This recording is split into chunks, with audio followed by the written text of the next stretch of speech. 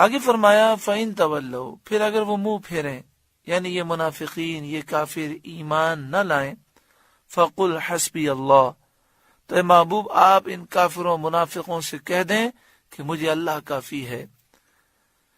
اللہ کافی ہے، اس کے یہ معنی نہیں ہے کہ کوئی کہے کہ مجھے رسول اللہ کی ضرورت نہیں، اولیاء کی ضرورت نہیں۔ اولیاء، صحابہ، اہل بیت، انبیاء، خاص طور پر پیارے آقا صلی اللہ علیہ وآلہ وسلم اللہ کے قرب کا وسیلہ ہیں۔ تو حسبی اللہ کی یہ معنی نہیں ہے جو بد عقیدہ لوگ بیان کرتے ہیں۔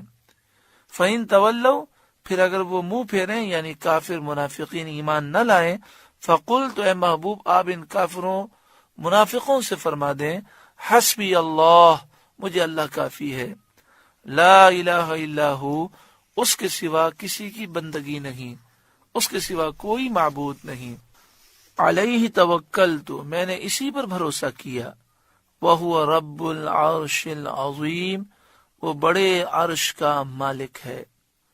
سورہ توبہ الحمدللہ مکمل ہوئی۔ اللہ تعالیٰ اس کے نور سے قلوب کو روشن منور فرمائے۔